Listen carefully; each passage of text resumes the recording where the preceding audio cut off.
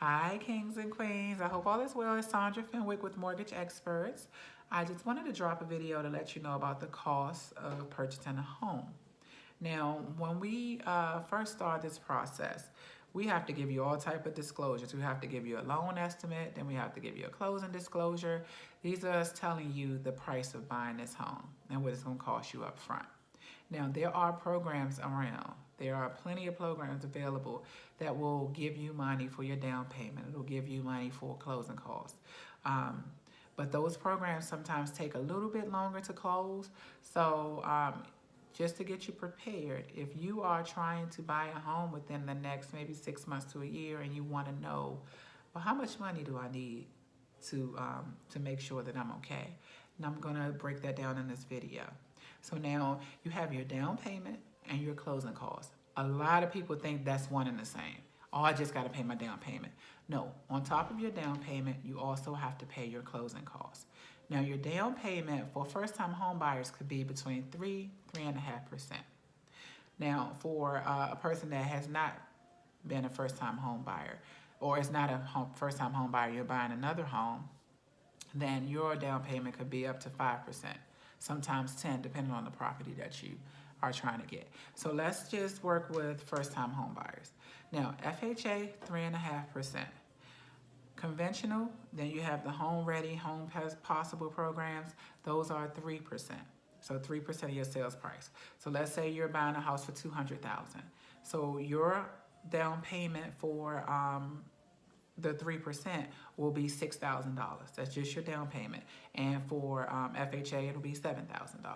So then your closing costs can be anywhere from 3 to 4%.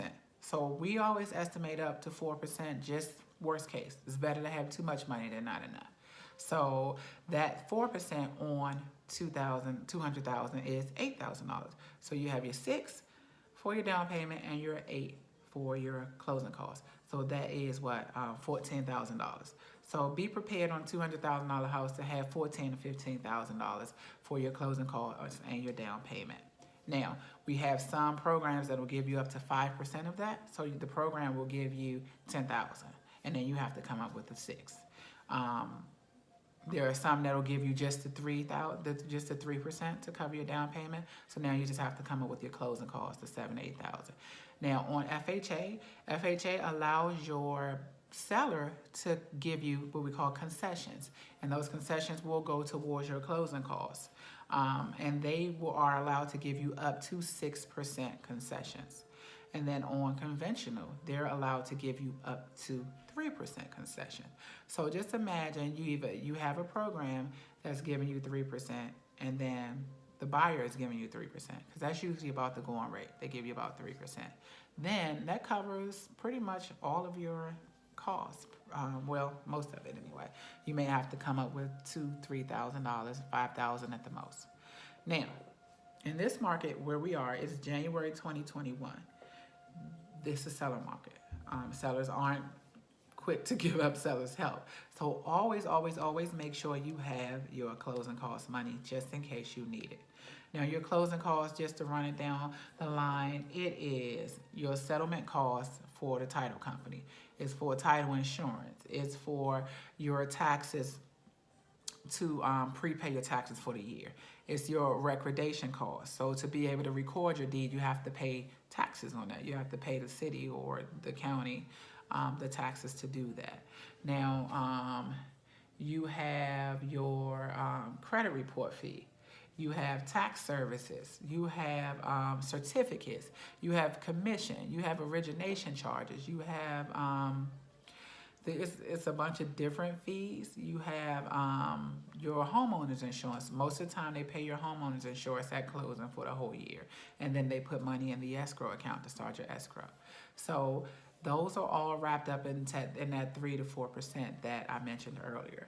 So just be prepared to have about 8% of your sales price in your account when you're ready to put an offer in on the home.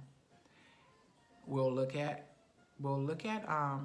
programs if you need it, and then At the beginning of the process, the pre-approval process, I'll send you an email that breaks down your numbers and breaks down what your closing costs would be. So you have to make sure that you have that. But to be safe, even if you're going to a program, make sure you have 2 to 3% of money in your account to cover those costs. It's the cost of getting a home, because you're purchasing, most of the time, land. You're purchasing property, and it's yours, you know. So you have to contribute to this investment, and it's an investment. It's an investment in your future. So if you have any questions about this video, any questions about closing costs, or any questions about like coming up with savings plans to get this money in your account, give me a call. But also, don't be discouraged. I know it seems like it's a lot, but with a little discipline, you can get, like you can save your tax returns, you can maybe tap into your 401k, you can get a gift from a family member, you can get, there are programs that you may have. I tell everybody, call your HR department. There are a lot of big corporations that offer home buyer assistance.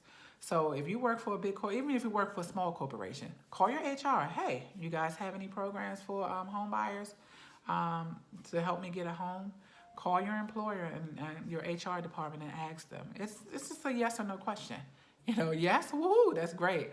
No, okay. Then you prepare to buy the house on your own. So yeah, guys, give me a call. You have my cell 301-326-7555.